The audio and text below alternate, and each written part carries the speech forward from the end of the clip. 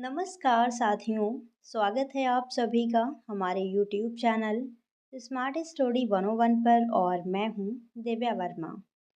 दोस्तों, आज का टॉपिक है मसान पेंटिंग या फिर मसान चित्रकला। तो आज की क्लास में मसान पेंटिंग से जुड़े जो भी पॉइंट हैं आपको सभी क्लियर किए जाएंगे कि मसान पेंटिंग क्या होती है और इसे बनने के पीछे क्या कारण है, कैसे इसकी शुरुआत हुई। सारे पॉइंट्स आपको डिटेल से बताए जाएंगे। बस आप इस वीडियो पर एंड तक बने रहिएगा। और कहीं पर अगर आपको कोई कन्फ्यूज़न होता है, किसी भी पॉइंट्स में आपको कोई दिक्कत होती है, तो आप हमसे टेलीग्राम चैनल पर कांटेक्ट भी कर सकते हैं। और यदि आपने अभी तक हमारे टेलीग्राम चैनल को ज्वाइन नहीं किया है तो जाकर कर लीजिए। लिंक मैंने वीडियो के कमेंट बॉक्स में पिन कर दी है। तो चलिए फिर पढ़ना शुरू करते हैं। मसान पेंटिंग। मसान पेंटिंग एक आदिम कला है।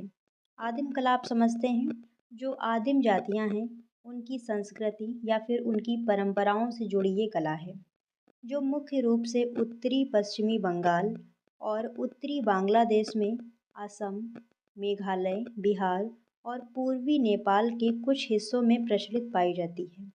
तो जो आपकी मसान पेंटिंग है, ये मुख्य रूप से कौन कौन से राज्यों में हमें दिखाई देती है?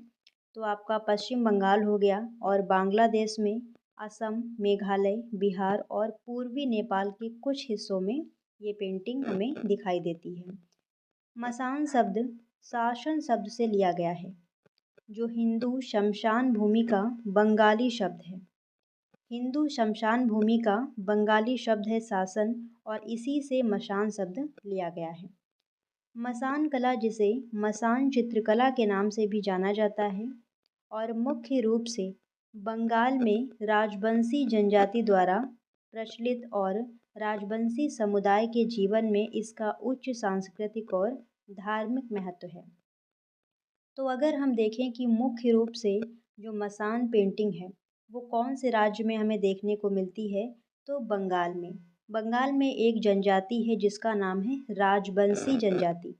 तो इस जनजाति के जो लोग हैं तो इस पेंटिंग को बनाते हैं, और उनके लिए इसका जो महत्व है बहुत अधिक है। ठीक है, धार्मिक और सांस्कृतिक दृष्टि से देखें तो जो आपकी राजबंशी जनजाति है, इनके जीवन में इसका विशेष महत्व है। आप समझिए यहाँ पर मसान चित्रकला का इतिहास और विकास। इसका क्या इतिहास है और कैसे कैसे ये जो मसान पेंटिंग है बनना शुरू हुई। मसान कला मसान देवता की पूजा से जुड़ी हुई है। मसान पेंटिंग जो है वो मसान देवता की पूजा से जुड़ी हुई है, जिसकी जड़ें उत्तर बंगाल और पूर्वी भारत में तिब्बत के प्राचीन बौद्ध धर्म के प्रसार से जुड़ी हैं। यह तांत्रिक बौद्ध धर्म की एक शाखा थी। तांत्रिक बौद्ध धर्म की एक शाखा ही थी जो आपकी मसान पेंटिंग है, जिसमें देवताओं की पूजा शमशान के पास की जाती थी। देवताओं की पूजा कहाँ पर करते थे? शमशान के पास में। पहले के समय में आदिवासी लोगों में आधुनिक तकनीक और शिक्षा की कमी के कारण वे अंधविश्वास और पुरानी परंपराओं में विश्वास रखते थे, जैसे कि शमशान के देवता या मसान देवता को प्रसन्न करके सभी को स्वस्थ रखना। ऐसी मान्यताओं के कारण मसान पूजा का उदय हुआ, जिसमें मसान पेंटिंग भी शामिल है। तो जो आदिवासी समूह के लोग हैं, इनमें शिक्षा की बहुत कमी थी और आधुनिक तकनीकें भी इनको नहीं पता थी, मतलब बहुत ही पिछड़े हुए थे। तो ये अंधविश्वासों पर या फिर पुरानी परंपराओं पर बहुत विश्वास रखते थे, जैसे कि शमशान देवता की पूजा करना। और उनका मानना था कि हम शमशान देवता की पूजा करेंगे तो हम स्वस्थ रहेंगे। ठीक है, ऐसा उनका मानना था। तो इसी के चक्कर में जो मसान पेंटिंग है वो बनना शुरू हुई। भगवान की पूजा करते थे और उनसे जुड़े चित्रों को ये लोग बनाते थे, जिसको कहते थे मसान पेंटिंग। और पूजा आपको बताया गया है कि ये शमशान के पास में करते थे। मसान देवताओं के शुरुआती चित्रण रेशम के कपड़े पर चित्रित किए गए थे। यानी जब मसान पेंटिंग बनना शुरू हुई तो शुरुआती चित्र हमें कहाँ देखने को मिलते हैं? रेशम के कपड़े पर, जो तिब्बती थनका शैली के समान थे। तिब्बत में एक शैली प्रचलित थी जिसका नाम है थनका शैली। तो मसान जो पेंटिंग है उसके शुरुआती चित्र रेशम के कपड़े पर बनते थे, और ये चित्र तिब्बत की जो थनका शैली है उससे कुछ मेल खाते थे। बाद में रेशम के कपड़े पर देवताओं को चित्रित करने की प्रथा को कागज या शोला पर चित्रण में बदल दिया गया। कागज तो आप जानते ही हैं, शोला क्या होता है? एक जंगली पौधा है, ठीक है? तो उसी पर ये चित्र बनने लगे। फिर आगे क्या हुआ? अगला यहाँ पर जो हेडिंग है, विषय और चित्रण, यानी इस पेंटिंग के विषय क्या हैं, पेंटिंग में कौन सी चीज़ें दिखाई जाती हैं और चित्रण किस प्रकार से किया जाता है। तो मसान पेंटिंग पारंपरिक माला निर्माताओं द्वारा बनाई गई रंगीन पेंटिंग है।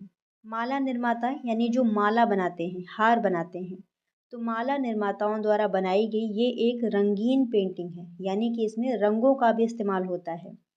वर्तमान में जिस पृष्ठभूमि पर कला बनाई जाती है वह शोला, जो कि जंगली पौधे का एक हिस्सा है, तो इसी पर ये पेंटिंग बनाई जाती है। जहाँ चित्रकार विभिन्न रूपांकनों और संरचनाओं को बनाते हैं, यानी विभिन्न प्रकार के रूप बनाते हैं, संरचना बनाते हैं।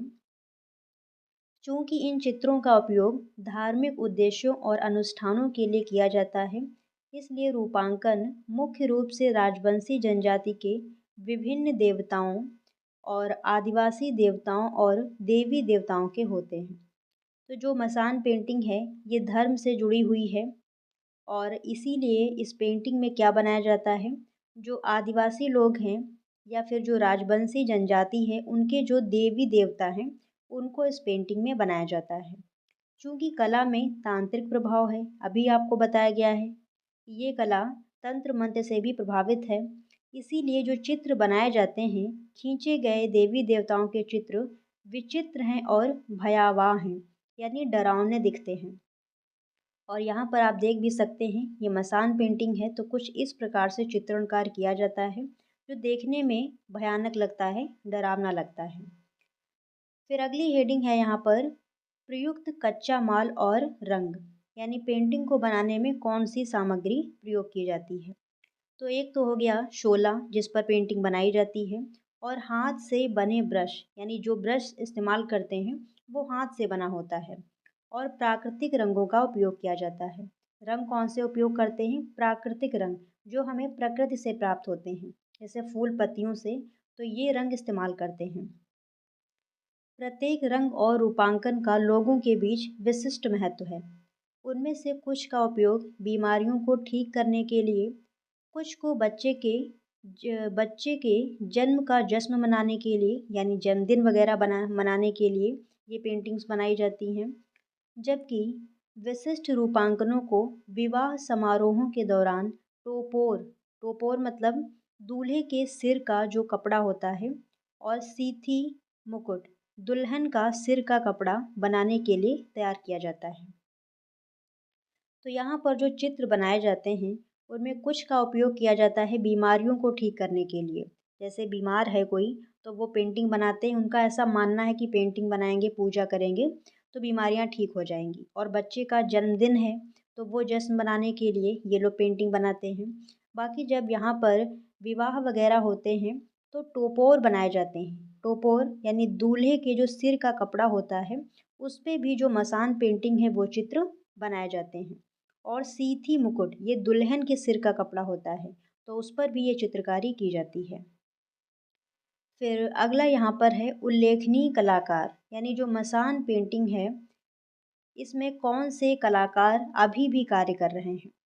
तो मधुसूदन दास एक उल्लेखनीय कलाकार हैं जो न केवल विश्व भारती विश्वविद्यालय शांति निकेतन से ललित कला के पूर्व छात्र हैं, बल्कि सदियों पुरानी मसान पेंटिंग और कला रूप को आधुनिक दुनिया में ऊपर उठाने के लिए कड़ी मेहनत करने वाले चित्रकार भी हैं। उन्होंने उत्तर बंगाल में राजवंशी लोगों के साथ घंटों बिताकर उनकी कलाकृति को सीखा और उसका अवलोकन किया, और कला की मूल सिद्धांतों को सीखकर मसान पेंटिंग के बारे में गहन शोध किया। तो मधुसूदन दास ये एक कलाकार हैं, आधुनिक कलाकार हैं, जिन्होंने जो बंगाल की मसान पेंटिंग है उसको और ज़्यादा बढ़ावा देने के लिए बहुत सारे कार्य किए हैं। ठीक है, तो ये मधुसूदन दास आप ध्यान रखिएगा क्योंकि पूछा जा सकता है मसान पेंटिंग को वर्तमान में कौन से कलाकार हैं जो बढ़ावा दे रहे हैं। बाकी अगला यहाँ पर पॉइंट है जो कि महत्वपूर्ण है, कला का वर्तमान परिदृश्य, यानी जो मसान पेंटिंग है उसका वर्तमान में क्या स्थान है। तो राजवंशी जनजाति के लोगों के बीच प्रौद्योगिकी की उन्नति और शिक्षा प्रसार के साथ यह संस्कृति लुप्त होती जा रही है। यानी आदिवासी लोग पहले पढ़े लिखे नहीं थे, तो उनका मानना था कि मसान पेंटिंग बनाएंगे तो हमारे जो दुख दर्द हैं, बीमारियां हैं, वो दूर हो जाएंगी। लेकिन धीरे धीरे वो लोग शिक्षित हो रहे हैं, तो ये जो उनकी पुरानी रूढ़ियाँ थी या फिर उनका जो मानना था, वो धीरे धीरे वो भी कम हो रहा है, क्योंकि उनको अब पता चल रहा है कि पेंटिंग को बनाने से इससे कुछ नहीं होता है। तो इस प्रकार से ये जो पेंटिंग है धीरे धीरे लुप्त हो रही है।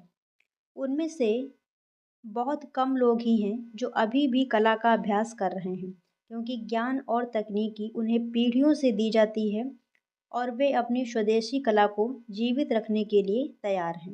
यानी अभी भी कुछ लोग हैं जो उस पेंटिंग को बना रहे हैं, लेकिन अगर हम पहले की बात करें तो पहले की तुलना में अब कलाकारों की जो संख्या है वो धीरे धीरे कम होती जा रही है। चूँकि राजवंशी लोगों के बीच विभिन्न धार्मिक और सांस्कृतिक अवसरों पर जो चित्रों का उपयोग किया जाता है, इसलिए चित्रों की मांग अभी भी मौजूद है और उन्हें बाजारों में बेचा जाता है। अभी आपको बताया गया है कि जन्मदिन के अवसर पर ये लोग पेंटिंग बनाते हैं, विवाह के अवसर पर भी ये लोग पेंटिंग बनाते हैं। तो वहाँ पर अभी ये चित्रण कार्य हो रहा है, क्योंकि विवाह, जन्मदिन और भी कई सारे इनके जो उत्सव होते हैं, तो उस पर ये लोग पेंटिंग का इस्तेमाल करते हैं। तो अभी ये पेंटिंग पूर्ण रूप से विलुप्त नहीं हुई है, लेकिन पहले की तुलना में पेंटिंग बनना काफ़ी कम हो चुका है। पेंटिंग के अलावा घर के सामान या कमरे की सजावट के लिए अब मसान पेंटिंग का इस्तेमाल किया जाता है। यानी अब घर को सजाने के लिए, कमरे को सजाने के लिए इस पेंटिंग का इस्तेमाल करते हैं लोग।